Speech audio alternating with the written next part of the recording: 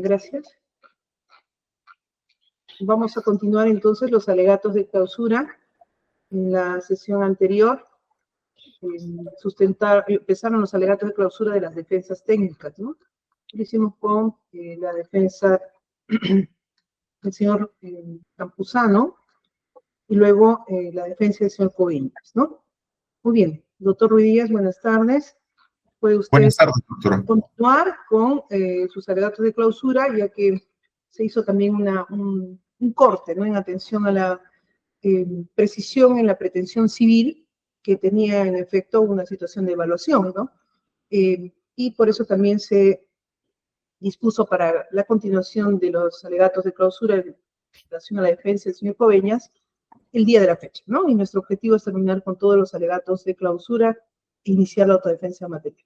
Adelante, doctor Ruiz Díaz, puede continuar con la presentación de sus alegatos de clausura. Muchas gracias, señora directora del debate.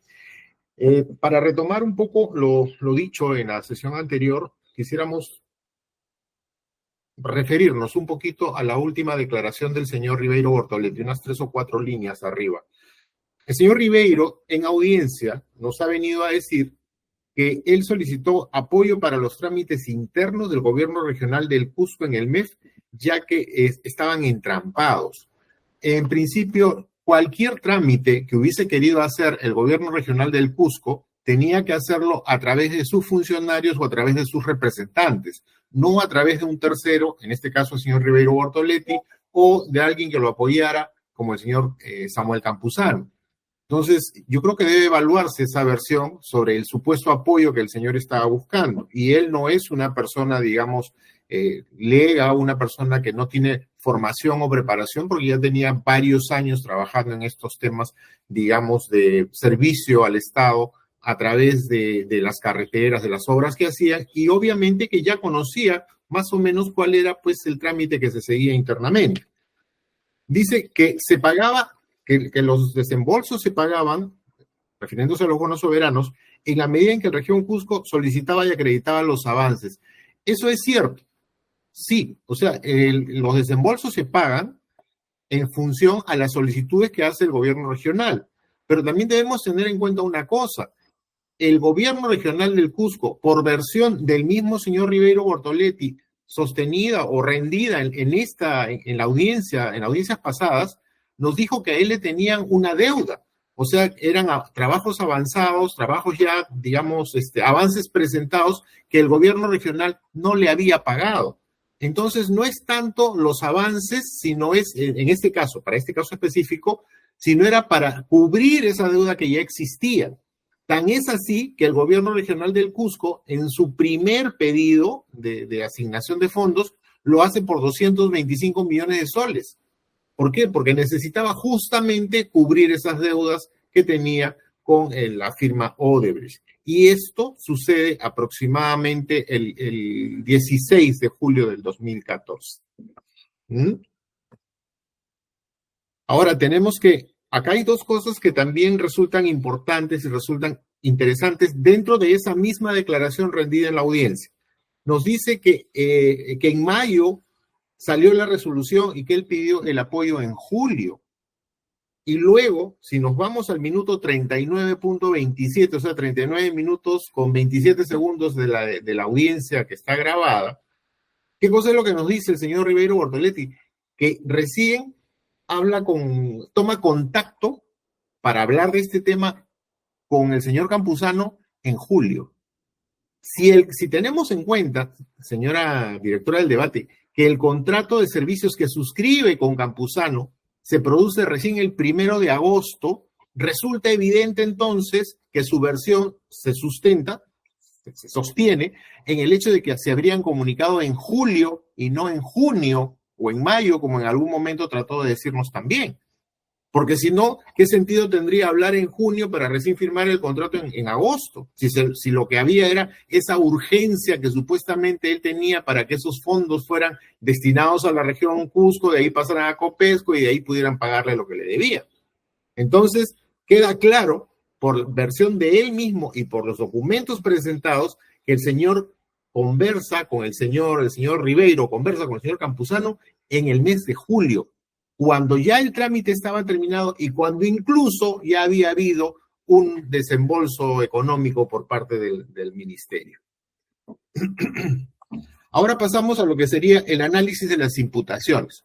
Aquí sí, la Fiscalía nos ha tenido una especie de vaivén, llevándonos de un lado para otro con una serie digamos, por momentos determinados argumentos, por momentos otros argumentos, y eso tampoco es saludable para el proceso, porque eso no permite que la defensa se pueda centrar en un solo hecho, en un solo tema, sino ya comienzas como que a tratar de atrapar mosquitos, ¿no? O sea, uno por acá, otro por allá, otro por allá, y no es así, no debería ser así, no debió ser así.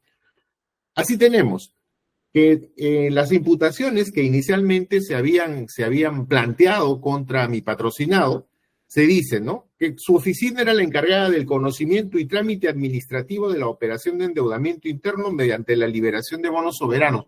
Punto número 1, su oficina no era la encargada. Toda la dirección era la encargada. Ahí estaba inversiones, estaba tesorería, estaban ellos, estaba parte del viceministro, estaba todo el mundo. Entonces no se puede decir que el señor Coveñas o la oficina del señor Coveñas era la única encargada, porque ya hemos presentado una cronología y la misma Fiscalía ha presentado todos los informes y documentos emitidos por cada área que en su momento tuvo que pronunciarse sobre el tema. Queda evidente entonces, o es evidente entonces, que no era la oficina del señor Coveñas la encargada, como se dice, de la liberación de trámites o del trámite administrativo. Ahora se dice que el señor, recibió 150,000 soles por haber realizado las siguientes acciones. 1. Dirección y asesoría a Samuel Campuzano Dulanto en la operación de endeudamiento interno. 2. Estos son los cargos, las imputaciones. El envío de modelos formatos para ser presentados por el gobierno regional del Cusco dentro del procedimiento de la operación de endeudamiento interno. 3. El envío de documentación interna que permitía a Samuel mostrar avances del trámite de la operación. Y 4, asegurar el éxito de la asignación financiera de los bonos soberanos en un segundo tramo a favor del gobierno regional del Cusco. Punto número 1. La dirección y asesoría del señor Samuel Campuzano. En principio, si estamos hablando que el señor, y lo ha dicho el mismo Ribeiro Bortoletti, conversa con él o toma contacto con él para que trabaje el tema en el mes de julio, estamos hablando de un mes en que ya se había terminado el trámite. El trámite terminó el 30 de junio. Entonces la pregunta es, ¿de qué asesoría estamos hablando? ¿Cuál era la asesoría gravitante que iba a determinar que el señor Campuzano pudiera brindarle un servicio efectivo al señor Ribeiro Bortoletti? No existe. Todo está en el expediente, todo está, ojo, dentro de las pruebas que la propia Fiscalía ha presentado. Ahora, todo esto quedó reducido, en el caso de los envíos de los formatos, no se ha probado que un solo formato haya llegado al gobierno regional del Cusco. Porque finalmente, eso es lo que nos dicen, el envío de modelos y formatos para ser presentados por el gobierno regional. Pregunto, ¿cuántos funcionarios del gobierno regional del Cusco fueron citados a esta investigación de casi 5 o 6 años y han sido preguntados sobre este tema? Ninguno, señora, ninguno.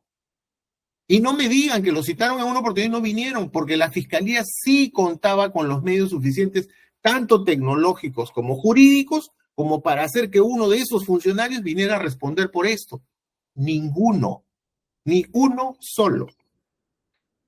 El envío de la documentación interna a Samuel Campuzano para mostrar avances ya se ha demostrado hasta el cansancio, y no yo, lo dijo el perito, no se puede determinar de dónde salió o de dónde salieron esos archivos a ese pendrive. No se puede, no se puede, pero técnicamente sí es posible a través de un estudio de metadatos, que la Fiscalía tampoco pidió que se hiciera, se quedó simplemente con la copia espejo. Eso es todo. Aseguró la prueba, pero no fue más allá para saber de dónde vino. Y asegurar el éxito de la asignación financiera. Señores, ya está probado también que la asignación financiera venía como consecuencia de todo el trámite de aprobación de bonos soberanos y que si lo han dicho hasta el cansancio, hasta los funcionarios que han venido a declarar, que si una corporación o gobierno regional cumplía con los requisitos, había que darle, no se le podía negar, porque la ley estaba hecha así, porque el Decreto Supremo 098 así lo disponía. Entonces, no era cuestión de Coveñas de asegurar o no el éxito de la gestión que se estaba realizando. Pero ahora bien, en determinado momento, todo lo que hemos hablado quedó en suspenso. ¿Y se centró en qué? En la celeridad con que había actuado el señor Coveñas el 16 de julio al mandar la solicitud o el requerimiento, en todo caso, o la recomendación, como queramos ponerlo, a la tesorería para que se haga el desembolso de la solicitud presentada por el gobierno regional del Cusco. Entonces ya no se habló de nada de esto. Pero claro, porque todo esto se había venido cayendo con las propias pruebas actuadas por la Fiscalía. Entonces, ¿qué nos dicen? La celeridad de esa dirección o de ese señor Coveñas, ahí está el delito, ahí está la conducta dolosa en la que él ha incurrido.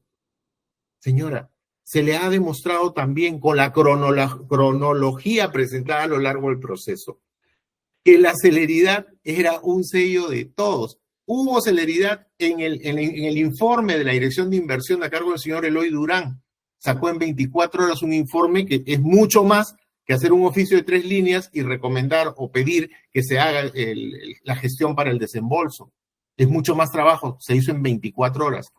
Cuando se sacó la resolución que aprobaba los bonos soberanos, es la Dirección General de Endeudamiento y Tesoro Público, a cargo del señor Carlos Linares, que era el jefe del señor Coveñas, le envía el proyecto al viceministro de Hacienda. Y el viceministro de Hacienda se lo envía al ministro para que lo firme, y el ministro lo firma. Doctora, todo esto sucedió en un solo día, 25 de junio del 2014. Entonces, ¿de qué celeridad sospechosa estamos hablando? Habría que haber traído entonces hasta el ministro, pues, ¿por qué firmó tan rápido? O el otro señor, ¿por qué informó tan rápido? ¿No? Ahora dicen, la aceleración de la asignación dependía, eso es importante, no dependía la aceleración de la asignación, no dependía de Coveñas, dependía de que los bonos soberanos fueran colocados en la bolsa, vendidos, pagados, y ese dinero ingresado a la cuenta CUT del gobierno. Si no había eso, por mucho que quisieran acelerar, no aceleraban nada porque no habían los fondos para poder cubrir eso. Ahora, se habla de aceleración cuando ya se habían desembolsado 187 millones de soles. ¿De qué aceleración estábamos hablando? Esos 187 millones de soles se desembolsan el 17 de julio por un pedido que ya venía desde el 16 por una operación de endeudamiento a través de bonos soberanos que se había aprobado el 30 de junio. ¿De qué estamos hablando? Todas son sospechas. Nos hemos quedado, parece, en investigación preliminar. Finalmente, los bonos asignados al Cusco, o la solicitud fue por 225 millones y se hizo en 3 tramos. Déjeme contarle algo. Aquí faltaron 70 millones de soles que el gobierno regional del Cusco ya no solicitó, ya no los cobró. Y Odebrecht tampoco. ¿Por qué sería? No sabemos. Corresponde ahora hacer un análisis del delito imputado, en este caso, cohecho pasivo propio, y vamos a hacerlo conjuntamente para abreviar con un resumen de lo ya dicho para ir terminando mejor. ¿Qué nos dice la Fiscalía? Acusa al señor Coveñas bajo el imperio del artículo 393 del Código Penal, que habla de cohecho pasivo propio.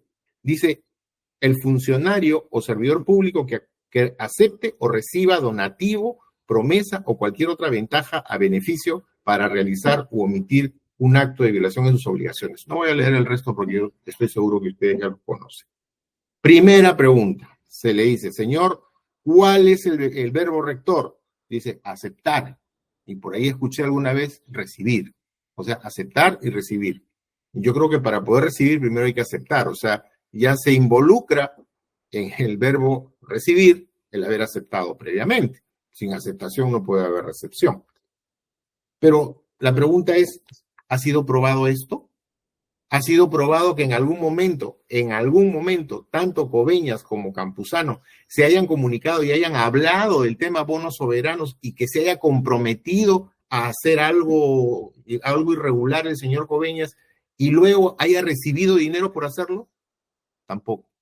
Nos han presentado una serie de comunicaciones y sin embargo 10 comunicaciones en un día que suman 30 segundos de conversación efectiva. Eso está en el expediente. Eso está y lo hice ver en una de las audiencias. Se ha probado que los documentos hallados, por ejemplo, en este caso, el señor Campuzano, hubieran sido entregados por el señor Coveñas. Ya lo hemos dicho en más de una oportunidad y lo dijeron los peritos, no se ha determinado, esa figura no se ha podido determinar porque no fue objeto de estudio el pendrive que les alcanzaron para estudiar. Y esto es interesante porque ese estudio nos hubiese permitido, por ejemplo, determinar si los documentos alcanzados a Campuzano, o la data, la fecha en que fueron alcanzados. ¿Por qué? Porque si esos documentos fueron entregados después de la culminación del trámite, ya eran documentos públicos, ya se podían conseguir muchos de ellos publicados en el peruano, sobre todo las resoluciones, como el otorgamiento de los bonos soberanos. Eso sale publicado en el peruano. Entonces eran documentos que ya no eran ya tan secretos como, o reservados, o de una, digamos, de una formalidad tan rigurosa como para que no pudieran por ahí alguien haberlo soltado. Yo no digo con eso que esté bien. Lo que estoy diciendo es que no se le debe dar el extremo de reserva o de secretismo que estos documentos realmente no tienen. Luego dice, no se ha determinado cuándo se habrían obtenido los documentos, si antes o después de los fondos de la liberación de fondos de la tesorería. Por otro lado, se habla de documentos que Campuzano, y eso lo dijo en algún momento el señor fiscal en su requisitorio oral, dijo que le daban documentos para que él los rellenara. El señor Campuzano, hasta donde yo sé, y la acusación, si usted la revisa por ninguna parte, dice que el señor Campuzano ha rellenado documentos, lo que dice que le alcanzó documentos o modelos al gobierno regional del Cusco para que ellos de repente los transcribieran y los presentaran. Pero ya también se ha dicho en la audiencia y quedó claro que si el gobierno regional del Cusco hubiese necesitado algún tipo de asesoría, simple y llanamente la hubiese pedido y el ministerio se la ha dado, sin ningún problema. Por otro lado, nunca o no se ha probado que el señor Campuzano o el señor Coveñas, a raíz de este tema, hayan tenido contacto con el gobierno regional del Cusco. Eso no está probado. Sin embargo, se habla de asesoría, se habla de copias de documentos que se le han entregado, y eso no tiene, me parece yo, ningún sustento. El señor Ribeiro Bortoletti, nuestro testigo estrella, ¿qué cosa nos dice? Él en ningún momento habla de haberle entregado documentos o copias al gobierno regional del Cusco. Campuzano tampoco. Entonces, ¿por qué la Fiscalía nos viene a sostener que esos documentos llegaron para ser, esos formatos llegaron para ser utilizados en el trámite? ¿De dónde sacan esa versión? Si ninguno de los dos lo menciona, ni siquiera Ribeiro Bortoletti. También nos dice, y esto sí fue parte, digamos, fue una pregunta mega rara que se le hizo al señor Ribeiro, dice, reclamo por los pagos efectuados, porque la gente le reclamaba por el retraso que hubo en unos pagos y que la gente le reclamaba al señor Campuzano. Un argumento ¿no? un poco recién aparecido en la audiencia, ¿no? Luego se dice que el señor Coveñas habría infringido el reglamento, habría infringido las normas de ética y comportamiento y conducta, y sin embargo el señor Coveñas nunca ha sido ni procesado ni sancionado por el ministerio, ni por este tema ni por ningún otro. Entonces, si hubiese infringido alguna norma, y en el ministerio saben de este proceso, saben lo que aquí ha habido, hubiesen abierto un proceso administrativo disciplinario, sin embargo, eso no sucedió. ¿Por qué? Porque para ellos no era rara la celeridad, por ejemplo.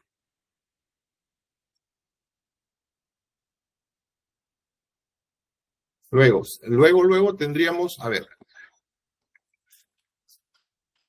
ya hemos hablado de las llamadas telefónicas, de la asignación financiera que no dependía enteramente de Coveñas, sino que hubiera fondos en la tesorería.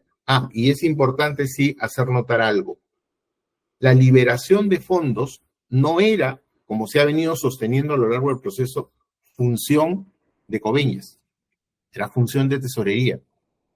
Porque si usted revisa, por ejemplo, dentro del mismo que está en el expediente, digamos, las funciones de cada uno, a Coveñas le tocaba gestionar la aprobación de las operaciones de endeudamiento, gestionar la asignación, no liberación de los bonos de cada gobierno regional, ¿Y qué le tocaba a la tesorería, a la Dirección de Tesorería y Operaciones? Dice, instruir al Banco de la Nación los desembolsos, le hace liberación de fondos a favor de cada una de las entidades. La liberación venía de parte de la tesorería, no del señor Coveñas.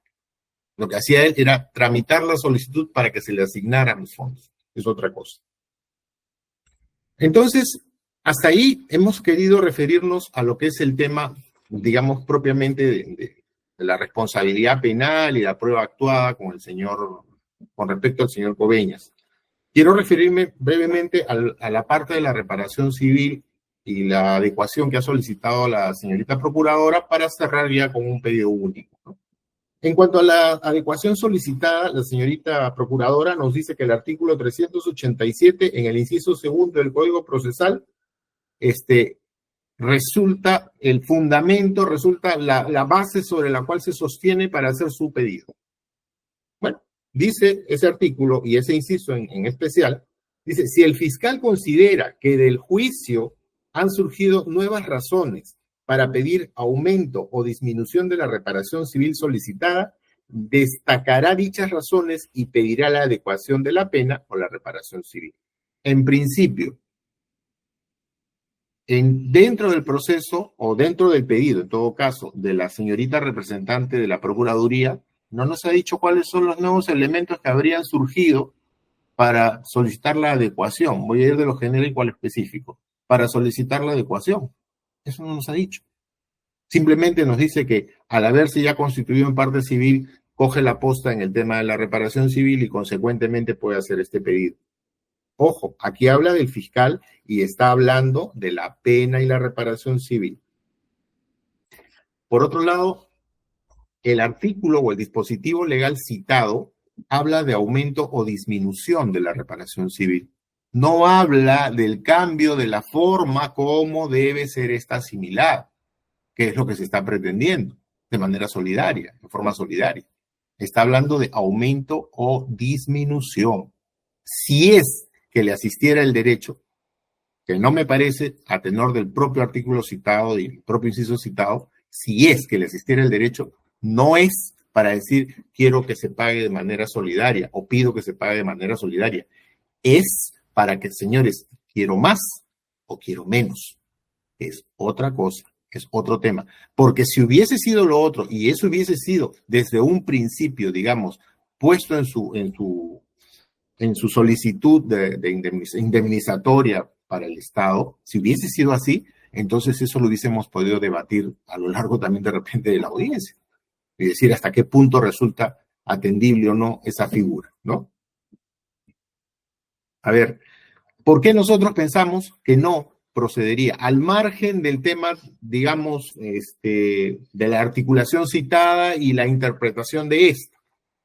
Porque en principio, si bien es cierto, dice, es un solo hecho.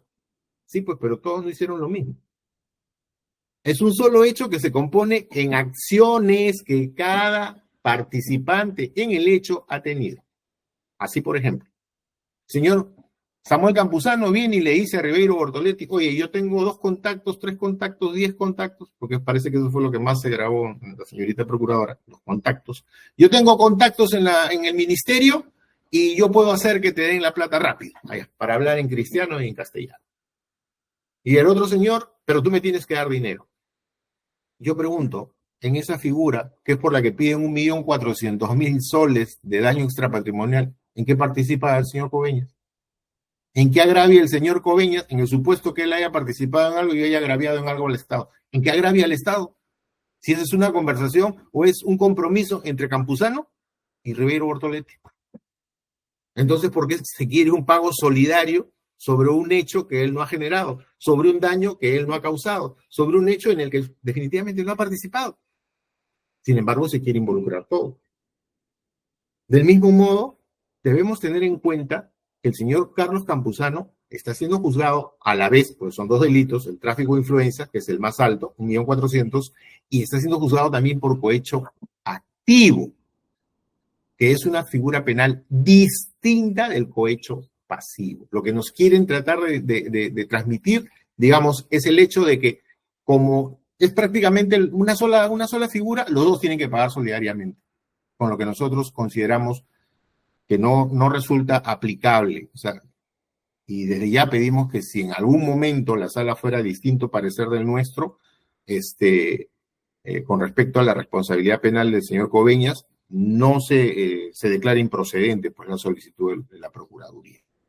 Ahora sí ya voy sobre la parte sobre el pedido final, para no terminar excediendo. Señores miembros de la sala,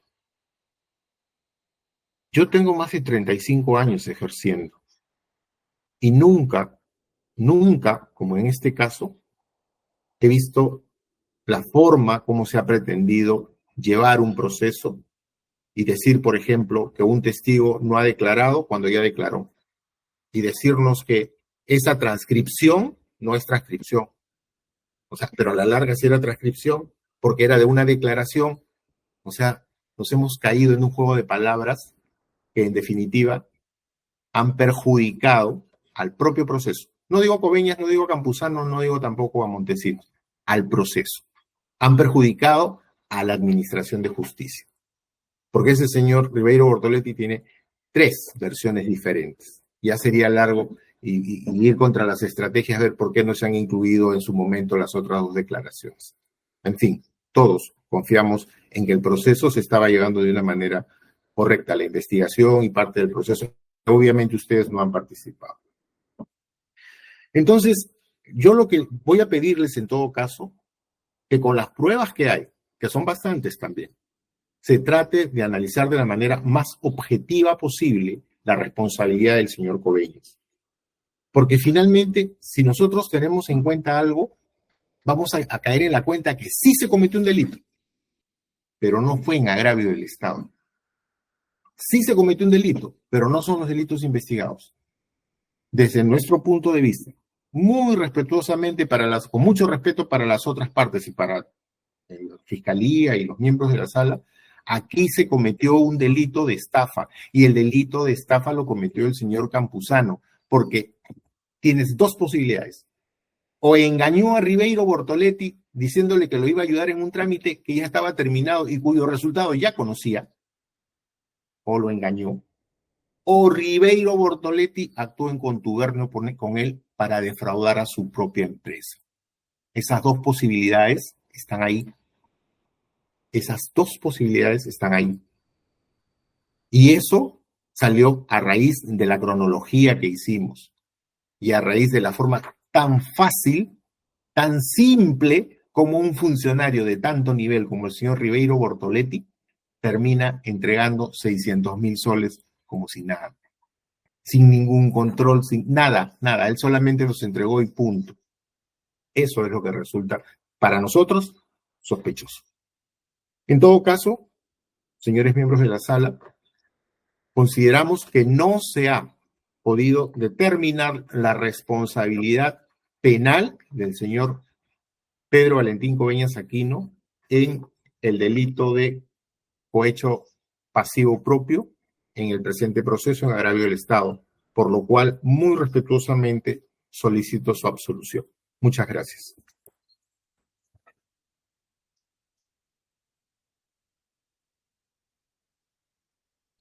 Doctor Ruiz Díaz, solo la precisión y del tema de la pretensión civil para entender cuál es su posición final. Que se declare... Por la solidaridad que ha mencionado, ¿no? ¿Cuál sería su pretensión final allí? Que se declare improcedente la solicitud. Gracias.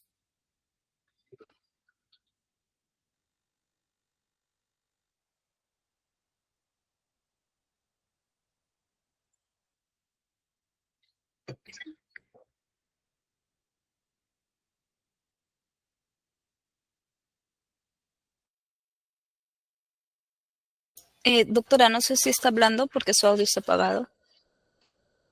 Disculpe, sí, tiene razón. Señalamos que vamos a continuar con la presentación de los alegatos de clausura por parte de la defensa técnica del señor Gustavo Adolfo Montesinos Atao, el doctor de la Cruz. Doctor Luis de la Cruz Moreno. Adelante, doctor, con sus alegatos de clausura en representación de su patrocinio. Escuchamos. Sí, buenas tardes, señorita directora de debates, magistrados, abogados todos. ¿Me permite hacer una presentación en PowerPoint? Sí, doctor, adelante. Que se Gracias. le autorice para que pueda compartir pantalla, señorita especialista de audiencia.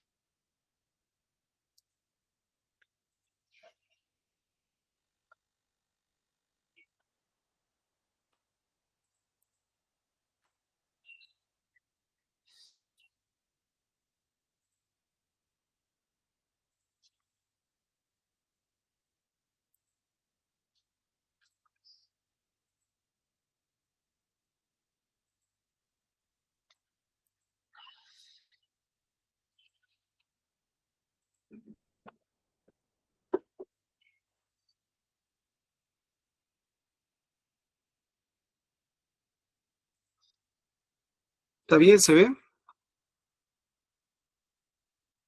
Sí, doctor, se ve perfecto. Adelante. Ya. Y bueno, en nombre de mi patrocinado, Gustavo Montesinos Atao, solicitamos en primer lugar, deducimos la excepción de prescripción al amparo del artículo 6 del Código Procesal Penal, el artículo 139.3 de la Constitución y la aplicación de la ley 31751. En primer lugar, queremos indicar lo que señala la acusación. La acusación, Doctor, disculpe la interrupción, solamente para una precisión. Como no está permitido por ley atender excepciones, ¿no? En el proceso común, lo que vamos a entender, doctor, es una línea de su defensa respecto a este tema de la prescripción para que haya una respuesta en la sentencia, pero no propiamente una incidencia, porque eso implicaría correr traslado, resolver cuando ya estamos en un tema ya de fondo. Esto es la decisión final del caso. Está bien, puede usted continuar, pero tomando en cuenta no como deducción de una excepción, porque no está permitido durante el juicio, eso es etapa intermedia o antes, ¿no? Entonces, pero sí como una línea de defensa, el planteamiento dentro de sus alegatos de clausura de una pretensión o una postulación de una prescripción, entendemos, de la acción penal que ya así estamos comprendiendo va adelantado. Puede continuar. Correcto. Bueno, retomando el tema referente a la acusación. Lo que señala la acusación puntualmente, lo que respecta a mi patrocinado, el señor Montesinos, señala textualmente: luego de consumado el delito de tráfico de influencias por parte de los hermanos Campuzano en el año 2014, a fin de pagar por el presunto tráfico, se firma un contrato ficticio entre Héctor Gutiérrez y Odebrecht Perú Ingeniería. Y el 2016, Héctor Gutiérrez comenta a Gustavo Montesinos que iba a ser procurador del Ministerio de Defensa y que tenía un contrato con Odebrecht, y a efectos de ayudar a los hermanos Campuzano, cuyo contrato no podía continuar, le propone ceder el contrato. Héctor Gutiérrez suscribe con Gustavo Montesinos el contrato de cesión de derechos, el cual consistía en ceder los derechos y obligaciones nacidas del contrato suscrito entre Héctor Gutiérrez y Odebrecht Perú Ingeniería respecto a la obra vía evitamiento, y el 1 de octubre del año 2016, Odebrecht suscribe un contrato ficticio con Gustavo Montesinos. Una vez que Odebrecht efectuaba los depósitos a Gustavo Montesinos, este se le entregaba en efectivo a Samuel Campuzano, obteniendo el 10% del monto depositado como comisión. Esto es la suma de 9.000 soles. Esto es lo que ha señalado la acusación. Bueno, nosotros indicamos, como parte de nuestra pretensión, que la prescripción está regulada por el Código Penal en el artículo 80 y 83, que señalan que la acción penal prescribe en un tiempo igual al máximo de la pena fijada por la ley para el tipo delictivo, si fuera privativo de libertad. Y en el caso de concurso real de delito, las acciones prescriben independientemente. El artículo 83 del Código Penal señala de manera textual que la acción prescribe, en todo caso, cuando el tiempo transcurrido sobrepasa en una mitad el plazo ordinario de prescripción. En el caso de mi patrocinado, él no es funcionario público, no era funcionario público y no lo es. Entonces, nosotros consideramos que no podría establecerse un una duplicidad del plazo de prescripción, toda vez que es un extraneus. Y eso está contemplado en el Acuerdo Plenario 2/2011, Fundamento Jurídico 18, en los cuales no les corresponde a ellos, no les alcanza esta circunstancia agravante que solo corresponde al autor y al autor que tiene o está afectado de esta agravante. Referente a la prescripción, y justamente coincidiendo con lo señalado por la dirección de debate, nosotros consideramos que conforme a lo establecido, el Tribunal Constitucional señala que la prescripción de la acción penal tiene relevancia constitucional y así se ha establecido en muchas ejecutorias de reiterada doctrina jurisprudencial del Tribunal Constitucional. Y, por ejemplo, tenemos la recaída en el expediente 3523/2007, Fundamento Jurídico 13, que señala: en la sentencia recaída en el expediente 3523/2008, el Tribunal Constitucional señaló que la prescripción de la acción penal tiene relevancia constitucional, toda vez que se encuentra vinculada con el contenido del derecho al plazo razonable del proceso, el cual forma parte del derecho fundamental al debido proceso. Asimismo, en otra sentencia, el expediente 6714/2006 del Tribunal Constitucional indica que resulta lesiva a los principios de economía y celeridad procesal vinculados al derecho fundamental al debido proceso una emisión de una sentencia condenatoria en virtud de una imputación que ya se ha extinguido por el transcurso del tiempo. Es decir, desde el punto de vista constitucional, no se podría considerar válida una sentencia que se emita luego que ya la acción ha prescrito, como nosotros consideramos en el presente caso. Si bien es cierto, el Acuerdo Plenario 5/2009 establece como, digamos, doctrina legal en el cuarto considerando, en ocasión a la interpretación y aplicación de la ley, esto está referido básicamente a la naturaleza de los acuerdos plenarios. Los acuerdos plenarios, según lo establece este mismo acuerdo del 5/2009 en el Fundamento Jurídico 4, establece que son interpretaciones que están establecidas como doctrina legal de aplicación obligatoria, si bien es cierto, para un caso concreto, y que está consagrada por base a principios jurisprudenciales. Es una definición de lo que es el acuerdo plenario. En ese sentido, nosotros tenemos conocimiento de que existe un acuerdo plenario 5/2023, en la cual se ha establecido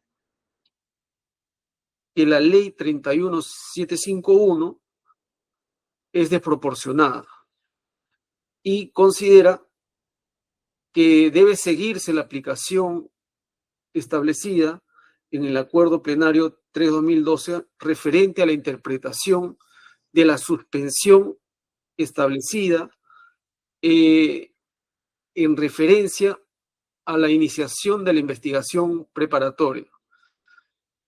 Entonces, ¿qué nos dice la ley? La ley nos dice, en el caso del inicio de una investigación preparatoria, el plazo de suspensión, el plazo de prescripción debe suspenderse.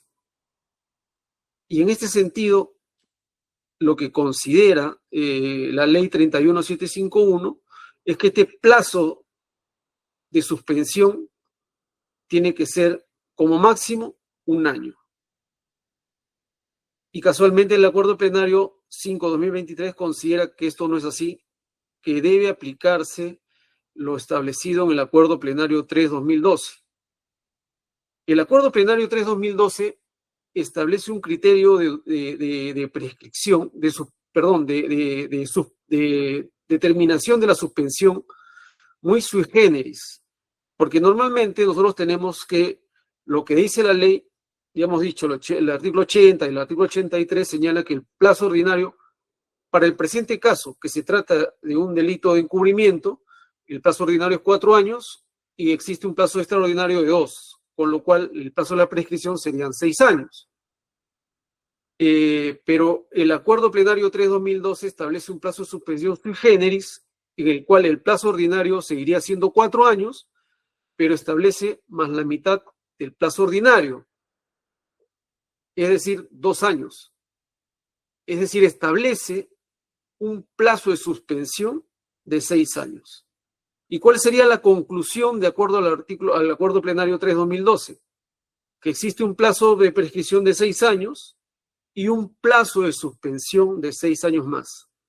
Con lo cual, de acuerdo a la interpretación de este acuerdo plenario, que nosotros no estamos de acuerdo, el plazo de prescripción tendría que ser un total de 12 años, lo cual nosotros consideramos que es inconstitucional, justamente en razón de los principios y fundamentos establecidos en una sentencia del Tribunal Constitucional, la 985/2022, que en el fundamento jurídico 18 establece una serie de principios y regulaciones, sobre todo referente a lo que es la prescripción penal, y establece que la prescripción penal está regulada por un plazo legal con rango de ley, y que este plazo de rango de ley está establecido en el Código Penal de manera unequívoca. Ya hemos mencionado el artículo 80 y el artículo 83, y en base a esto,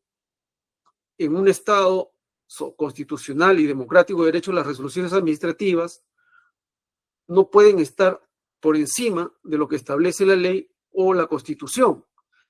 Y más aún cuando se señala, cuando una de estos principios constituye, o sea, el principio que constituye sobre todo la prescripción, que la legitima siempre que se realice dentro de los plazos habilitados para tal efecto. Ello es correlato al principio de seguridad jurídica, que dimana el artículo 103 de la Constitución, pues tanto el representante del Ministerio Público como el juez competente y la defensa del procesado saben que la persecución penal está sujeta a un plazo cuyo vencimiento impide que la misma continúe, pues una vez que ocurre o termine el plazo no es posible proseguir con el juzgamiento, ni mucho menos condenar a una persona. Entonces, ¿cómo concluye este fundamento 18?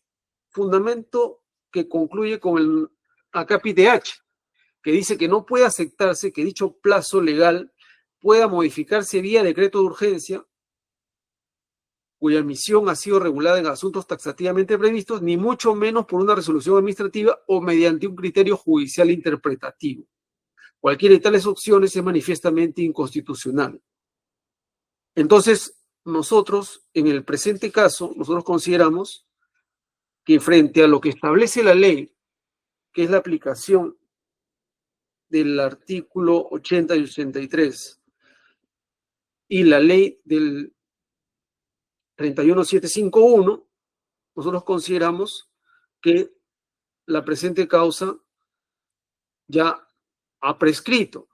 Si tenemos en cuenta que la pena para el delito de encubrimiento es 4 años, el plazo inicial que podríamos contar el tema de la prescripción sería el último pago o la última intervención que ha tenido mi patrocinado, es el 23 de diciembre del año 2016. Y si tenemos en cuenta que la prescripción ordinaria es de 4 años, este plazo ordinario habría prescrito en diciembre del 2020.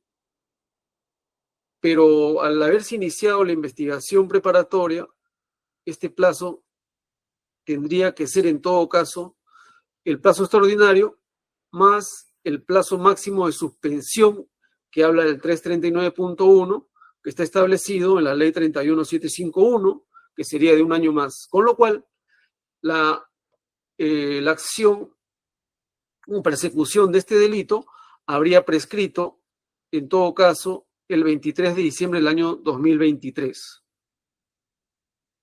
Eso es lo que nosotros tenemos que considerar, con lo cual no se podría proseguir válidamente este proceso, o se estaría procesando a mi patrocinado por el delito de encubrimiento.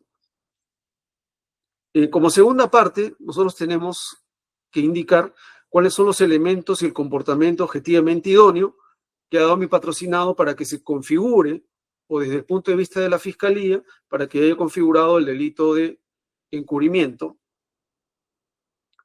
Entonces, lo alegado, en el alegato de Fiscalía, nosotros tenemos que se hace un recuento genérico de los hechos, en la cual señala de manera textual en su alegato oral que Samuel Campuzano invocó tener influencias reales en el MEF para ayudar al señor Bortoletti en un caso administrativo que ya se había presentado ya una solicitud por el gobierno regional del Cusco para que ejerce los beneficios del procedimiento de bonos soberanos precisamente con el objetivo de lograr la liberación o agilizar la salida de los recursos. Esto desde el punto de vista genérico de todo el caso.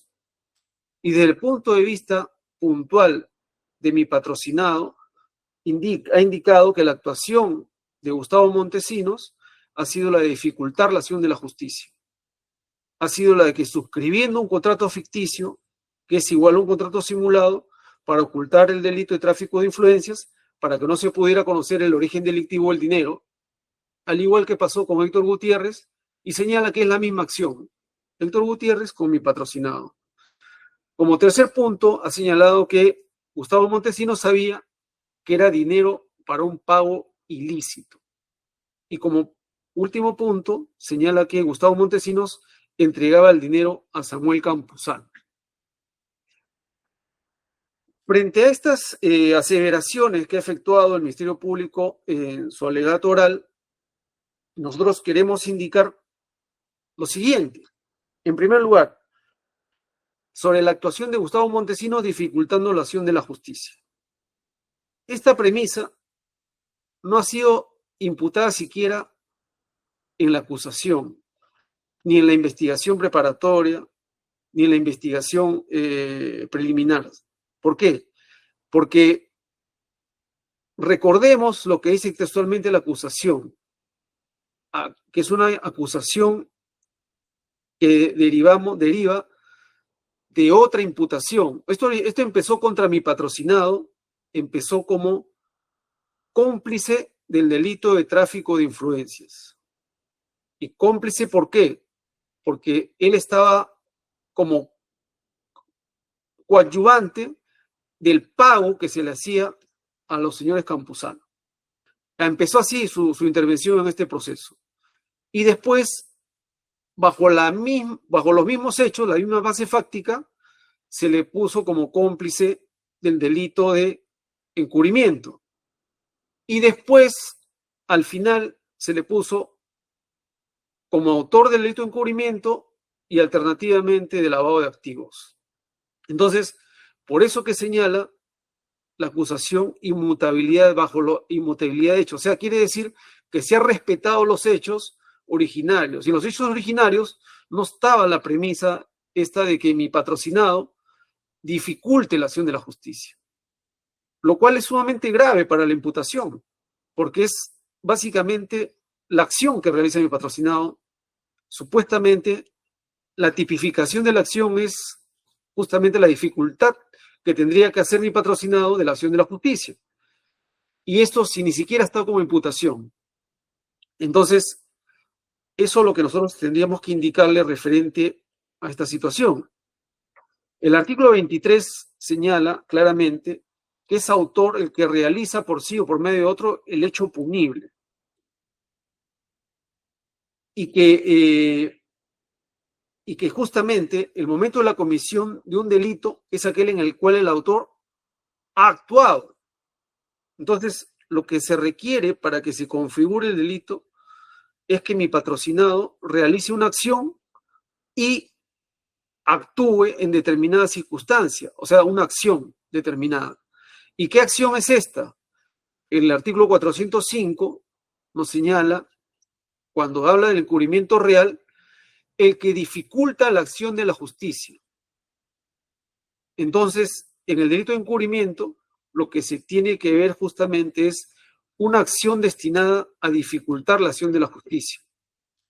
Lógicamente que en este caso particular está enmarcada con otro verbo, que es el de ocultar los efectos del mismo. Entonces, nosotros tenemos que para que se determine la responsabilidad de mi patrocinado, tendría que establecerse cuál es la acción que ha cometido él, en este caso dificultar que esta acción de carácter dolosa para que se encuentre responsabilidad, lo cual nosotros consideramos que no existe ni acción y que esta supuesta acción no se ha presentado de carácter doloso en lo que respecta a mi patrocinado. La descripción típica de este delito permite establecer como verbo rector principal dificultar. Entonces, el Ministerio Público no ha establecido en qué consiste esta dificultad. Más aún, si tenemos en cuenta que el bien jurídico tutelado, en el caso protegido, en el caso del delito de encubrimiento, es precisamente el normal y correcto desarrollo de la administración de justicia. No estamos hablando de la administración pública, estamos hablando de la administración de justicia. Este delito está enmarcado en ese nivel de la administración de justicia. Entonces, y esto se complementa con otro verbo rector que es ocultar, porque es lo que nos ha dicho el Ministerio Público, que la acción de mi patrocinado ha sido a efectos de ocultar los efectos de un delito. Entonces, esta situación es un poco complicada para el Ministerio Público demostrarlo, porque vuelvo a repetir, esto viene por una imputación que se dio al principio. ¿Y cuál es la imputación que se dio al principio? Que él era cómplice de un delito. O sea, el requisito para que él sea encubridor es que él no haya hecho nada en el delito anterior, en el delito precedente, que sea un extraño al delito precedente, y que él, una vez que toma conocimiento del delito precedente, él haga algo para dificultar la acción de la justicia. Ese es el delito de encubrimiento. Pero a él estar implicado al principio, a él él formaba parte supuestamente del delito del tráfico de influencias, y por eso que no forma parte de la imputación que le puede hacer referente al dificultar. Y no se señala nada de qué cosa o de qué manera se ha dificultado la acción de la justicia. Entonces nosotros tenemos que, para que se dé el delito de encubrimiento, tiene que dificultarse la acción de la justicia. ¿De qué manera? Tiene que haberse obstaculizado, se ha complicado o entorpecer de alguna forma. Entonces, si no existe esa posibilidad ni como, digamos, imputación de mi patrocinado, como premisa de la Fiscalía, qué cosa ha obstaculizado, entorpecido, qué cosa ha complicado en relación a la acción de la justicia, ¿cómo podríamos hablar de un delito de encubrimiento como premisa?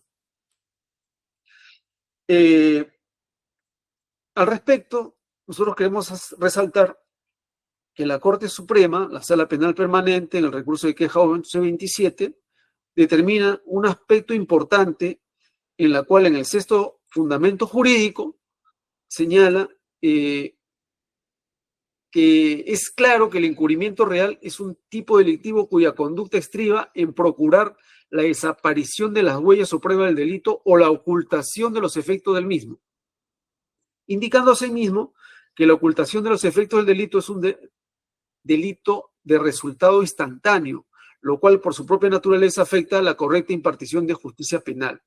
O sea, si es de resultado instantáneo, ¿qué debemos entender por resultado instantáneo? Que eso tiene que darse como efecto directo, inmediato, de lo que mi patrocinado ha hecho. ¿Qué se le está diciendo que mi patrocinado ha efectuado? Que supuestamente se ha prestado a hacer un contrato ficticio para cobrar 3 cuotas de 25 que ya se habían cobrado por el señor Gutiérrez, y que con ese accionar se estaría, entre comillas, ocultando los efectos del delito del tráfico de influencias.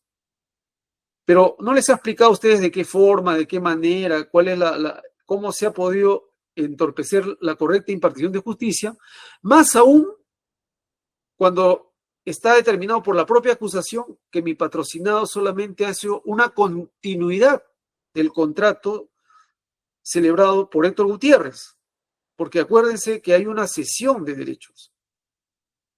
Si tenemos que Héctor Gutiérrez ha hecho un contrato ficticio para fines de ocultamiento, Y si estamos teniendo en cuenta que este es un delito de resultado instantáneo, bueno, el contrato que ha hecho Gutiérrez podríamos asumir que es encubrimiento. Ese acto que es inmediato, el efecto tiene que ser el resultado inmediato. Pero de ahí, si este contrato se celebra una sesión, ¿cómo la intervención de mi patrocinado puede haber ocasionado algo diferente? Porque la intervención de mi patrocinado tiene que haber afectado la impartición de justicia. Y si estamos hablando de una continuidad, no estamos hablando de una afectación. Recordemos lo que dice el contrato de cesión de derechos que firmó mi patrocinado. Esto es textual. El cedente, Héctor Gutiérrez, es titular de un contrato de locación de servicios suscrito con la empresa Odebrecht Perú Ingeniería y Construcción SAC. En adelante la empresa, con fecha 2 de junio del 2014, en el que ha tenido 6 adendas. Y segundo, por el presente documento, el cedente cede al adquirente, el adquirente sería mi patrocinado, sus derechos y posición sobre el citado contrato de prestación de servicios al que se refiere la cláusula anterior. Es decir, estamos hablando de un mismo acto. ¿Cuál es el acto? El contrato que suscribió en el año 2014 el doctor Héctor Gutiérrez. Y la intervención de mi patrocinado solamente es una continuidad de eso. Entonces, la pregunta sería, ¿de qué manera se puede afectar la correcta impartición de justicia con una continuidad del mismo acto? O sea, no entendemos desde el punto de vista jurídico cómo se puede dificultar la acción de la justicia con una continuidad del mismo acto, porque esto es lo que hay en el expediente y esta es la acusación. La acusación dice que hubo una sesión y mi patrocinado intervino en esta sesión. Entonces, nosotros sostenemos que esta sesión de contrato no pone en riesgo el bien jurídico tutelado. Lo podría haber puesto en riesgo la celebración del contrato original, o sea, entre Héctor Gutiérrez y Odebrecht. Pero a la luz de esta sesión, ¿cómo esta sesión puede haber generado un riesgo al bien jurídico tutelado que es la correcta y normal administración de justicia? O sea, no entendemos de qué forma se puede haber hecho eso.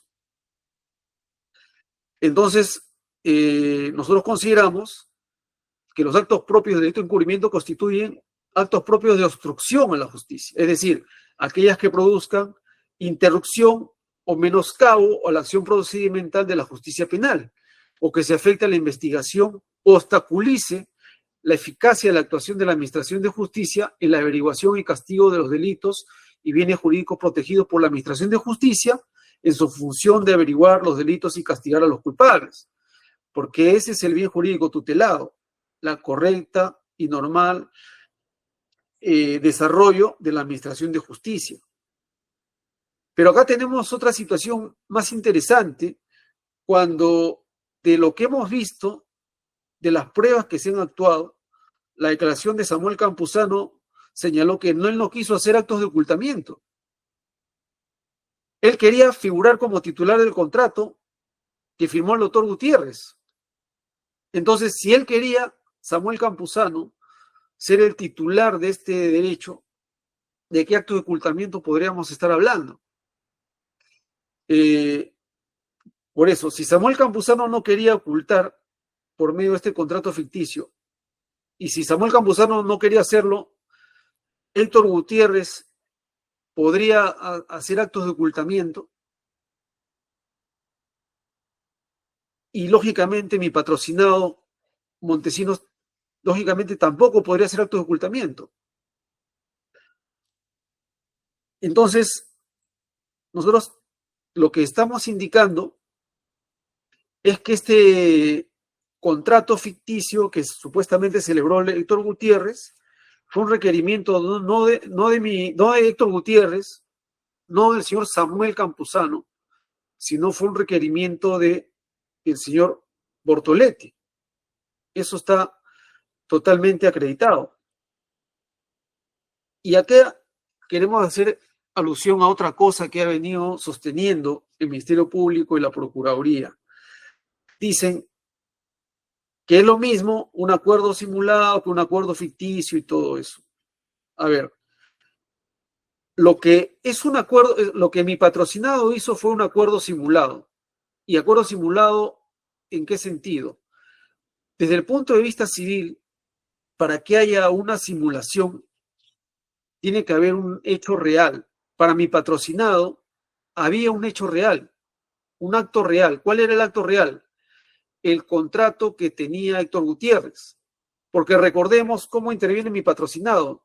Mi patrocinado interviene a raíz de que el señor Héctor Gutiérrez le pide, como ex jefe de prácticas de él, le pide que colabore con él para efectos de que no pierda este contrato, que le faltan 3 o 4 cuotas por terminar, que ya venías realizándolo 2 años antes, y que en esas circunstancias él le dice, mira Gustavo, yo tengo un contrato que lo vengo haciendo hace 2 años y necesito terminarlo, faltan 3 o 4 cuotas, tú puedes prestar tu nombre para que yo siga en el contrato, pero tú das la cara, tú figurarías en el contrato, ¿tendrías algún inconveniente?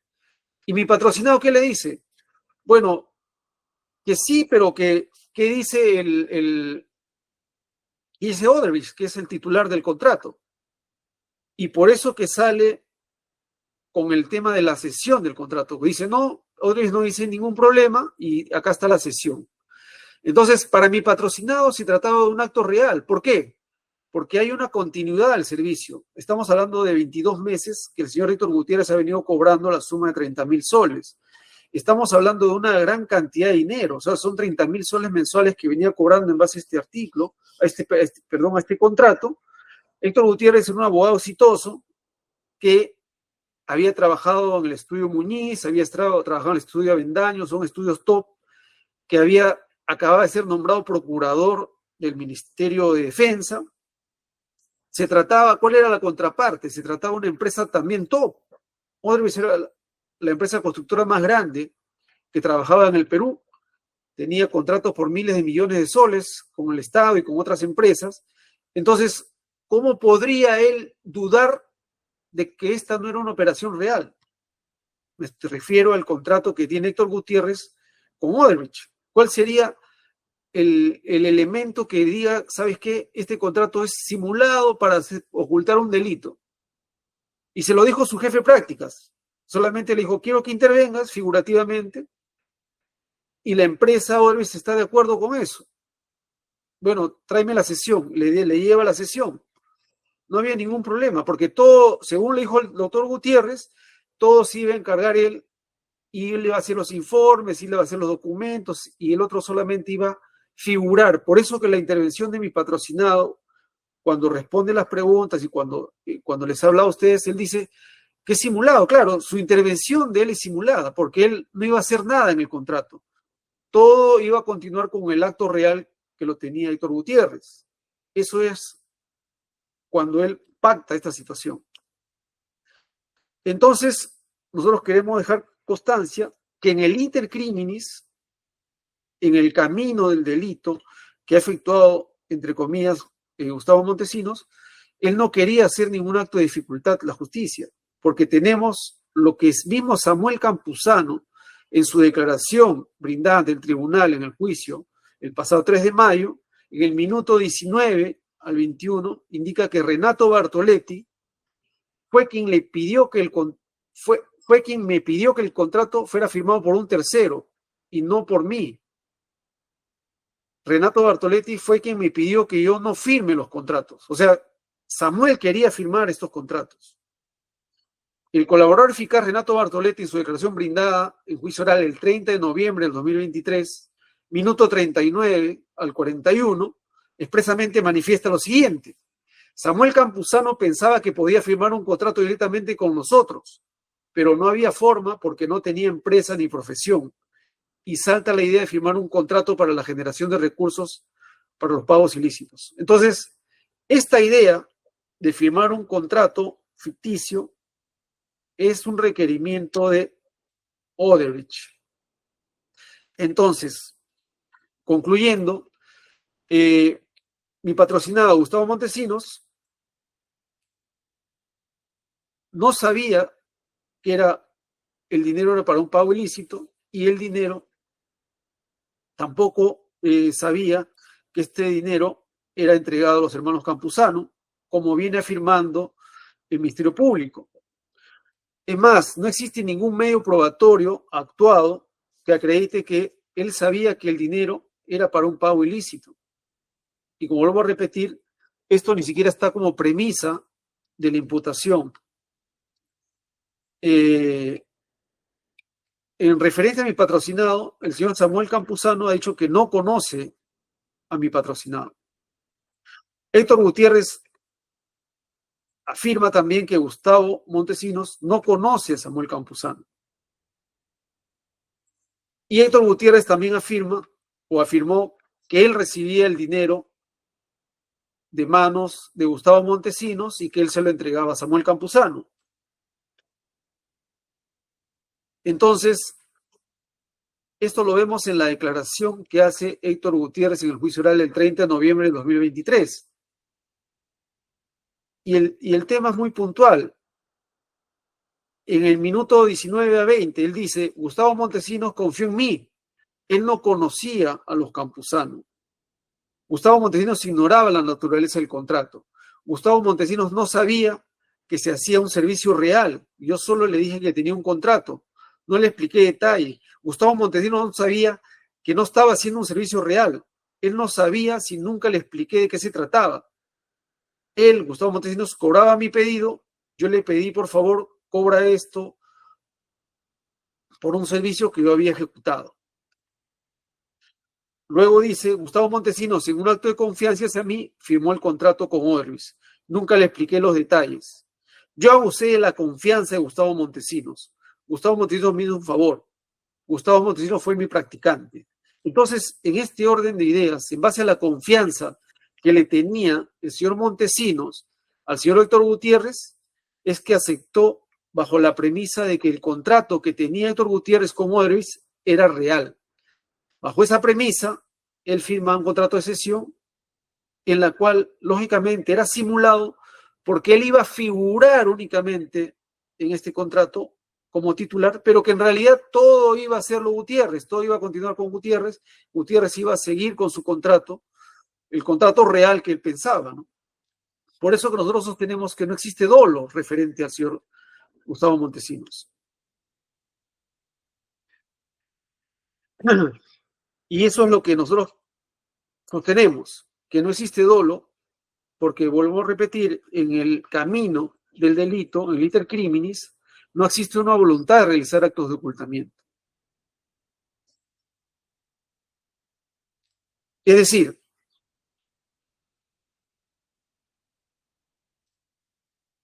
en la sentencia de Héctor Gutiérrez se señala que el objeto real de la contratación de Héctor Gutiérrez era generar una contraprestación a favor de Samuel Campuzano. Y Héctor Gutiérrez ha declarado que Gustavo Montesinos no sabía ni siquiera la intervención de los hermanos Campuzano.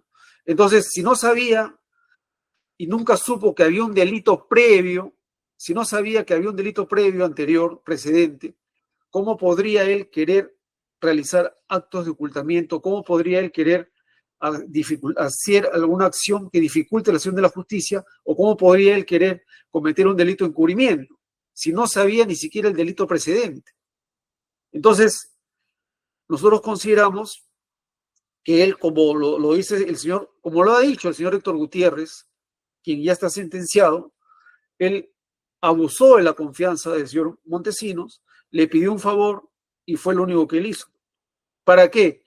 Para que él termine su contrato, que le faltaban 3 o 4 cuotas. No olvidemos que él lo firmó en el 2014.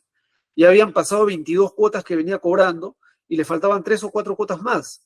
Y solamente para efectos de eso, está acreditado también que él no podía continuar el contrato porque fue nombrado procurador del Ministerio de Defensa. Entonces, nosotros queremos indicar que en este extremo, que señala también el Ministerio Público que mi patrocinado se quedó con un dinero como comisión, que es una ganancia. Todos sabemos que el impuesto a la renta está establecido por ley y está establecida en 5 tramos que varía de acuerdo al monto de las declaraciones. Entonces, esto está establecido por ley. Nosotros queremos indicar que referente al tema de mi patrocinado, mi patrocinado giró 3 recibos, cada uno por 32.608 soles. El recibo del mes de octubre, del mes de noviembre y el mes de diciembre. Y cada recibo era por 32.608, lo cual generó un mayor incremento de su impuesto a la renta, con lo cual él tenía que pagar más o menos algo de 20.000 soles de impuestos por estos conceptos, más el pago de retenciones, él tendría una diferencia para pagar 5.000 soles. Entonces, como conclusión, tenemos acá 2 cuadros que claramente se puede apreciar. Por un lado, en el lado izquierdo, los ingresos de Odebrecht alrededor de 97.800 soles, con lo cual la renta bruta sería 306.000 soles. Pero en el otro escenario, sin estos ingresos, la renta bruta solamente ascendía a 208.000 soles. Es decir, hay una diferencia de casi 97.800 y el escenario del pago de impuestos varía rotundamente. Porque si nosotros vemos por un lado, menos la deducción del 20%, hay una renta obtenida de 240.000 y el impuesto a la renta sería 39.694 soles, que es lo que él declaró, menos las retenciones, hay un impuesto por pagar de 17.400 soles. Entonces, sin estos recibos de Odebrecht, si no hubiera girado los recibos de Odebrecht, él hubiera tenido que pagar solamente 5.000 soles de impuestos. Pero como giró los recibos, ha tenido que pagar 17.400. Entonces, como conclusión, recordemos que aquí ha venido un perito y ha sostenido esta situación. La situación es que el girar los recibos le ha generado a él una diferencia de 11.700 soles. ¿Y qué implica que le haya generado 11.700 soles más? Que él ha tenido que pagar esos impuestos y ha tenido que poner de su dinero para poder cumplir con las obligaciones del Estado. Porque recordemos que él se quedó con 9.000 soles como retención. Y si tenía que pagar 11.000, ha tenido que poner 2.000 soles más de su dinero para poder cumplir con esta obligación tributaria. Eso es lo que determinó el perito que vino como conclusión. La emisión de los recibos por honorarios a favor de Odebrecht generaron un pago del impuesto adicional de 11.775 soles, frente a los 5.600 soles que hubiera correspondido no haberlo emitido. Es decir, tuvo que pagar 11.700 soles más. Entonces, no es cierto que él se haya beneficiado y haya obtenido una ganancia de manera ilícita con esta operación. Ahora, referente a la última pretensión sobre la responsabilidad civil planteada por la Procuraduría, nosotros tenemos que indicar, como resumen, que la Procuraduría ha indicado que la suma indemnizatoria a imponerse es por el daño extrapatrimonial, lo cual corresponde por la lesión al derecho de la identidad institucional del Estado, aplicación de la función de responsabilidad civil en base al monto base de las ganancias del delito, sobre la duplicidad de lo ilícitamente obtenido y a la cuantificación de los criterios que miden el nivel de desprestigio del Estado. Esto es lo que nos ha dicho la Procuraduría, indicando que se ha acreditado el carácter doloso de la responsabilidad de mi patrocinado. Bueno, en primer lugar, el daño extrapatrimonial, nosotros consideramos que el daño extrapatrimonial no corresponde, porque el daño extrapatrimonial es de carácter personal, corresponde solamente a lo que es un daño realmente ocasionado. El Acuerdo Plenario 5/2008 establece que la reparación civil es una institución de naturaleza jurídico-penal que descansa en el daño ocasionado y se proyecta en cuanto a su contenido por el artículo 93 del Código Penal, que habla de la reparación de daños y perjuicios.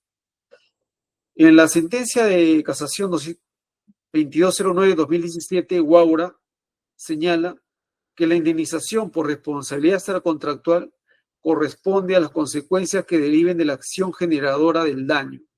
Entonces, la pregunta sería, si no existe ganancia, si no existe dolo de parte de mi patrocinado, ¿cuál sería la consecuencia de la acción que tiene que reparar mi patrocinado por algo que no se ha acreditado? Es más, el concepto de daño extrapatrimonial sobre el cual le pide la Procuraduría que señalen ustedes un monto indemnizatorio es la lesión a la integridad psicosomática del sujeto de derecho, así como el daño que atenta contra los derechos fundamentales reconocidos en la norma constitucional y los tratados internacionales. Entonces le está pidiendo a ustedes que señalen un daño a la integridad psicosomática del sujeto, en este caso del Estado, porque eso es lo que le está pidiendo. Si es una responsabilidad extracontractual, extrapatrimonial, no es un tema pecuniario, sino es una lesión ¿a qué? A la persona y al daño moral, lo cual, de acuerdo al punto de vista de esta defensa, nosotros consideramos que esa situación no existe, porque desde el punto de vista constitucional no existe una sola resolución del Tribunal Constitucional que reconozca que la persona, entendiéndose esta como Estado, tiene derechos personales o morales en la medida que se les reconoce a las personas naturales o a las personas jurídicas de derecho privado. Entonces, lo que le está pidiendo la Procuraduría a ustedes es un imposible jurídico de que se pueda equivaler una responsabilidad, más aún si lo único que ha señalado es la casación 189/2019 Lima Norte, en la cual se señala que este daño extrapatrimonial causado a organismos del Estado se hace por conductas referidas a delitos de corrupción de funcionarios, que tampoco sería el caso de mi patrocinado, porque el delito de encubrimiento no está catalogado como un delito de corrupción de funcionarios, sino es un delito, vuelvo a repetir, que atenta contra el normal y correcto desarrollo de la administración de justicia. Entonces, nosotros consideramos, para acabar, este supuesto derecho a la identidad no puede ser aplicable porque es inherente al ser humano, y eso está establecido en la Constitución, está establecido en varios tratados, y que no podría existir un derecho a la identidad como de derecho que tiene el Estado a la imagen, como si fuera una persona jurídica de derecho privado o una persona natural. Por estas consideraciones, nosotros solicitamos a ustedes se sirvan a absolver a mi patrocinado de los cargos imputados y desestimar el pago de la reparación civil. Muchas gracias, señor miembro del colegiado.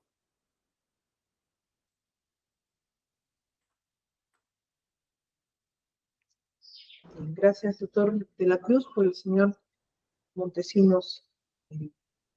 ¿No? Muy bien. Vamos a pasar a las autodefensas materiales. Iniciaremos conforme al orden que hemos estado siguiendo. En primer lugar, el señor Samuel Carlos Campuzano Dulanto. ¿Se encuentra presente? Buenas tardes con todos. Buenas tardes. ¿Puede prender su cámara, por favor? Sí, en eso estoy. Un segundo, por favor. Sí, no hay problema.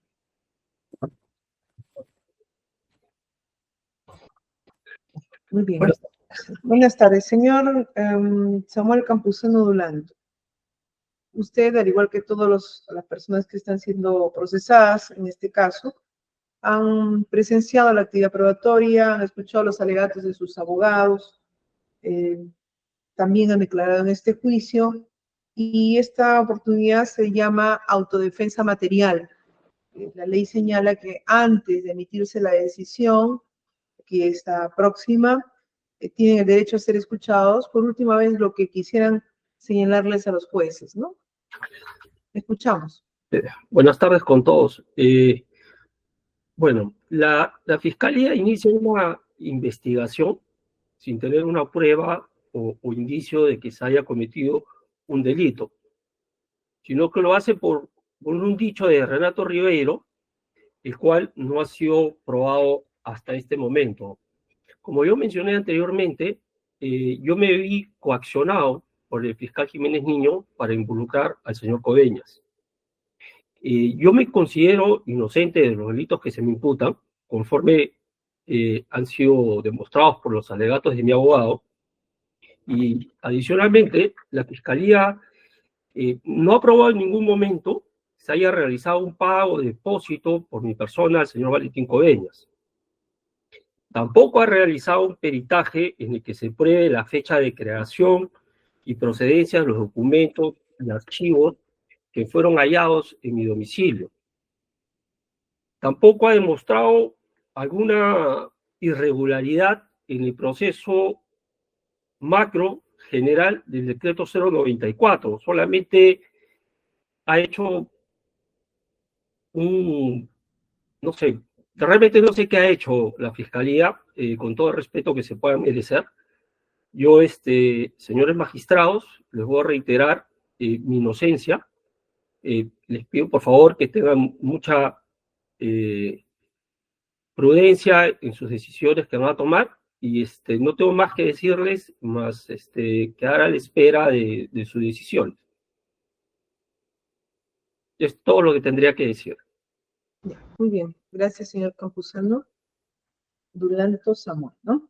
Sí. Muy bien, gracias. Gracias. Vamos a escuchar a continuación la autodefensa material del procesado Pedro Valentín Coveñas Aquino, luego de haber presenciado la actividad probatoria, los alegatos de su abogado. Señor Coveñas, lo escuchamos. ¿Está usted en un vehículo? Sí, así es, doctora. ¿Qué ha pasado que no puede estar en un ámbito fijo, digamos?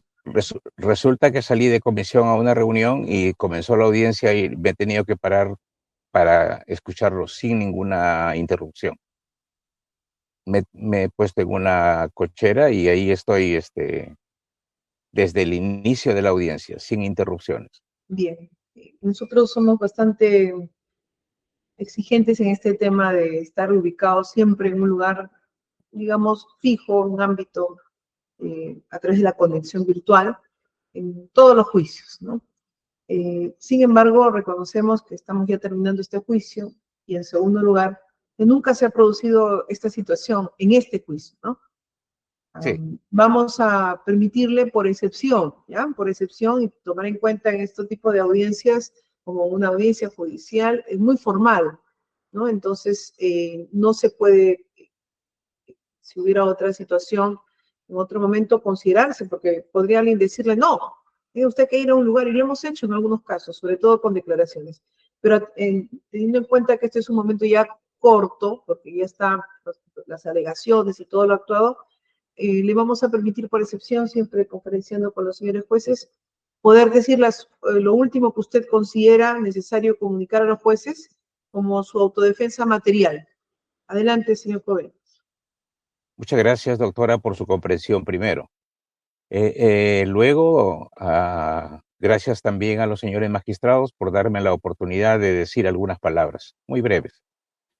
Quiero mencionarles que durante más de 40 años y a punto de jubilarme, me he dedicado a trabajar en el Ministerio de Economía y Finanzas, y gracias a mi entidad he podido estudiar y especializarme, y durante este largo tiempo he asumido cargos importantes y de mucha responsabilidad. Y nunca se me ha ocurrido actuar con ilegalidad o pedir prebendas por mi trabajo, lo cual creo yo puede ser acreditado por muchos funcionarios y trabajadores de las entidades públicas, nacionales y también de organismos internacionales con los cuales he coordinado, he actuado conjuntamente. En tanto me ha sido posible, he tratado de compartir mis conocimientos y experiencias en universidades, entidades públicas y eventos de capacitación en los cuales he participado, en busca de colaborar una mejora de la gestión pública. Este proceso, señores magistrados, para mí ha sido una experiencia de vida y ha significado que por factores externos y de terceros, completamente desconocidos para mí, he sido afectado en forma importante en mi vida laboral, personal y académica. He apreciado también la objetividad de ustedes, señores magistrados, con la cual han abordado muchas situaciones que se han presentado en este proceso, lo que se ha evidenciado en cada una de las audiencias en las que yo he participado. Finalmente, señores magistrados, no quiero abundar más en los aspectos de este proceso que me atañen, solo quedo a la espera de vuestra decisión, que seguramente ratificará la justeza de su criterio. Es todo, señores magistrados. Muchas gracias. Bien, gracias, señor Coveñas. Muy bien, está el señor Gustavo Montesinos, sentado. Doctora, disculpe, se ha presentado una situación un poco complicada. Yo le pediría 3 minutos. 3 minutos, ¿podemos esperar a mi patrocinado, por favor? ¿Qué ocurrió, doctor? Así en general, ¿un tema personal? ¿Perdón? ¿Un tema personal? Así en general nomás. Sí, un ¿O tema un tema personal. técnico? ¿Cómo? ¿Un tema técnico con la conexión o un tema personal? A eso no, algo general que nos diga. Un tema Ya. personal. Está llegando a mi oficina, entonces solamente está cuadrando el carro. Será por eso que le digo 3 minutos. Ya, en todo caso nos está escuchando, ¿no? El señor Montesinos nos está escuchando. Solo abrir audio si es que se puede y...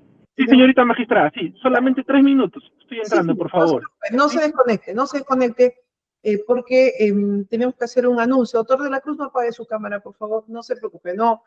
Vamos a dar un anuncio. Doctor de la Cruz. Sí, bien. Tomando en cuenta lo que señalamos en la sesión anterior respecto a la revisión del caso, están, entendemos, representante del Ministerio Público y la Procuraduría, en todo caso, prender sus cámaras para saber que nos están escuchando, ¿no? Y que están atentos a lo que vamos a señalar. En la sesión anterior dimos la fecha de hoy y la fecha probable de la emisión de la decisión final del caso, ¿no? Y que esta sería de manera presencial. En cuanto al tema presencial, este subsiste, pero tanto tomando en cuenta algunos aspectos, sobre todo técnicos, que tiene el caso, que reviste cierta complejidad, tomando en cuenta también que nosotros no somos técnicos en la materia y tenemos que revisar varios aspectos y estamos precisamente en ese trabajo. Lo que vamos a hacer es diferir el tema de la fecha de la decisión final y para esto vamos a, doctor de la Cruz y señor Montesinos, vamos a tener que necesariamente escuchar la autodefensa material del señor Montesinos como último acto procesal que nos permita a su vez poder tener el tiempo adicional que corresponde a los 4 días, ¿no? Para la emisión de la decisión final. Asimismo, tomando en cuenta otros casos judiciales que también están en reagendamiento precisamente en estos días, conjuntamente con los señores jueces, sobre todo sobre las causas que próximamente se van a instalar, ¿no? En ese sentido, igual vamos a terminar con la decisión final del caso este mes, ¿no? Lo que va a ocurrir es lo siguiente. Hoy es martes 11 de junio y vamos a escuchar la autodefensa del señor Montesinos, así es que con tranquilidad, si nos está escuchando, y va a ser el viernes 21 de junio, de 2:30 a 3 de la tarde. De 2:30 a 3 de la tarde, suficiente, doctor de la Cruz, 30 minutos, ¿no? incluso mucho menos en atención a los señores procesados que hayan intervenido, ¿no? Vamos a tener la audiencia de 2:30 a 3 de la tarde, y con ello, ya precisar la sesión presencial para la emisión de la decisión final del caso, que ocurrirá el jueves 27 de junio a las 9 de la mañana en la sala 1 de la sede judicial Carlos Zavala Loaiza, al costado del Palacio Nacional de Justicia, ¿no? Es la sala que utilizamos normalmente para algunas de las sesiones presenciales, sobre todo en temas de declaraciones de acusados o emisión de fallos, ¿no? De acuerdo a la decisión del colegiado. En ese sentido, entonces, señor Montesinos, vamos a escucharle en su autodefensa material y que esto nos posibilite también mayor amplitud del tiempo para revisar bien todos los aspectos técnicos, sobre todo, y de la prueba, tomando en cuenta también los últimos alegatos de defensa, ¿no? Han planteado diversas situaciones que ameritan una mayor profundidad de análisis. Muy bien, entonces, viernes 21 de junio, 2:30 de la tarde a 3 de la tarde, autodefensa material del señor de la Cruz, del señor Montesinos Atao, y la emisión del fallo, decisión final, jueves 27 de junio, 9 de la mañana, en sesión presencial. Ha levantado la mano el doctor Tobar. Sí, doctor Tobar, buenas tardes. Buenas tardes, doctora. Buenas tardes con todos los presentes. Disculpas por el uso de la cámara, tengo un problema con el celular. Solamente quería preguntarle lo siguiente. Sí. Entiendo que la lectura del día 27 va a ser la lectura integral de la sentencia. No, doctor. ¿Cuánto tiempo se tendría estimado? Lo que pasa es que yo ese día en la tarde, a las 2, tengo una cita médica a la que no puedo faltar. Disculpe que es un tema personal, pero quería saberlo siempre. No hay problema. Si es un tema de, tal vez entendemos, puede haber un tema de descansos médicos, no lo sabemos, pero la sentencia se va a leer en el plazo establecido por ley y más o menos estamos en el agendamiento de julio, correspondería en la tarde del 9 de julio, lectura de sentencia. Ahí recién, luego ya de la decisión que se conocería el 27 de junio, ya para el 9 de julio haremos la lectura de sentencia y escucharíamos ya los pronunciamientos, ¿no? Los pronunciamientos. Y a partir de ahí incluso el tema de la remisión de la sentencia a través de la casilla judicial tiene un plazo adicional, ¿no? De 2 días, luego los 5 días, ¿no? O sea, es todo un trámite que entendemos da también las posibilidades de, en el caso tuviera un descanso médico, doctor, todavía hay plazo, nos parece razonable como para poder, cualquier situación, sea la suya como defensas o fiscalía, ¿no? O actor civil. Muy bien. Clarísimo, doctora. Solamente en todo caso, ese día será de 9 hasta más o menos ¿qué hora? Más o menos hemos reservado en un máximo 11:30, pero probablemente no sea mucho, ¿no? 9 a 11 de la mañana, más o menos. No toda la sesión de la mañana, porque tenemos otra audiencia a las 11:30. Muchas gracias, doctora. Me disculpe, como digo, que la complique con un tema personal. Muchas gracias. No hay ningún problema. Muy bien, entonces, si no hay otra pregunta o precisión, este juicio continuará y esperemos ya para finalizar todo el debate probatorio el viernes 21 de junio, 2:30 de la tarde, para escuchar la última autodefensa material del señor Montesinos Atao y dejar ya el caso listo para la deliberación con los señores jueces. Muy bien, terminamos la presente sesión, quedan todos notificados. Sí, doctor. Tomar en cuenta, por favor, que su patrocinado tiene que estar para culminar y ser escuchado. Diga, doctor de la Cruz.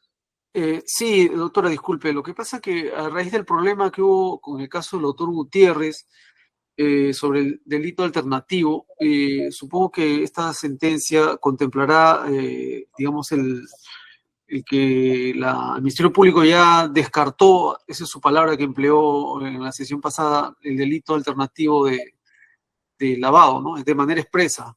Mire, doctor, eso es uno de los aspectos de complejidad. No podría haber un retiro de acusación porque es sobre el mismo hecho. Y aun cuando la parte, en este caso el Ministerio Público, haya optado por la figura alternativa principal, nos parece, y no la alternativa, que es el lavado, eso no es un tema vinculante al juzgado. O sea, el órgano jurisdiccional optará por una u otra, y en sentido positivo o negativo. Es decir, nos quedamos con esta figura puede ser la situación de responsabilidad como de no responsabilidad.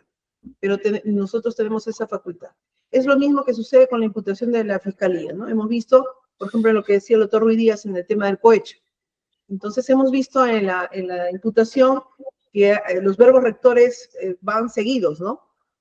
Por ejemplo, mencionó el tema de la solicitud y posteriormente, dice la imputación, la recepción, ¿no? Es un tema continuo, así está descrito, y si hay figuras así, en todo caso, el juzgado evaluará una u otra o ninguna. Doctora, pero sí, a ver, disculpe, doctora, pero en el caso de lo que figura en los registros, o sea, por ejemplo, de la Fiscalía, donde hay registros, sale el registro procesado por delito tal y tal. Ahí no figura que, entonces, si no se descartan los dos delitos, siempre va a aparecer el otro delito en el registro. O sea, ese es el problema que hay. No lo entendemos. ¿Cuál es la preocupación? La preocupación es que no se descarte el otro delito para efectos de, en el peor de los casos, borrar los antecedentes o borrar cualquier registro que haya. O sea, me ha pasado a mí, por ejemplo, que hay veces hay procesados, en mi tema personal, que están por dos delitos, los absuelven y no mencionan el otro delito, y inclusive había un caso que tuve que no pudo salir, a pesar que ya se había levantado la orden de detención preventiva, porque no estaba específicamente, o sea, las personas que tienen que aplicar eso ve dos delitos y después ve que solamente se levanta por un delito, dice, no, falta el otro. Entonces, para efectos de evitar esa situación, por eso queríamos que de manera expresa se mencione que se está descartando o se está dejando sin efecto, no sé, de alguna manera, el otro delito que ya el Ministerio Público ha dicho que ha descartado. Esa es la razón. Ya lo entendimos. Pero eso va a estar sujeto al análisis, doctor. Sea cual fuera el escenario, ¿no? Porque son múltiples los escenarios.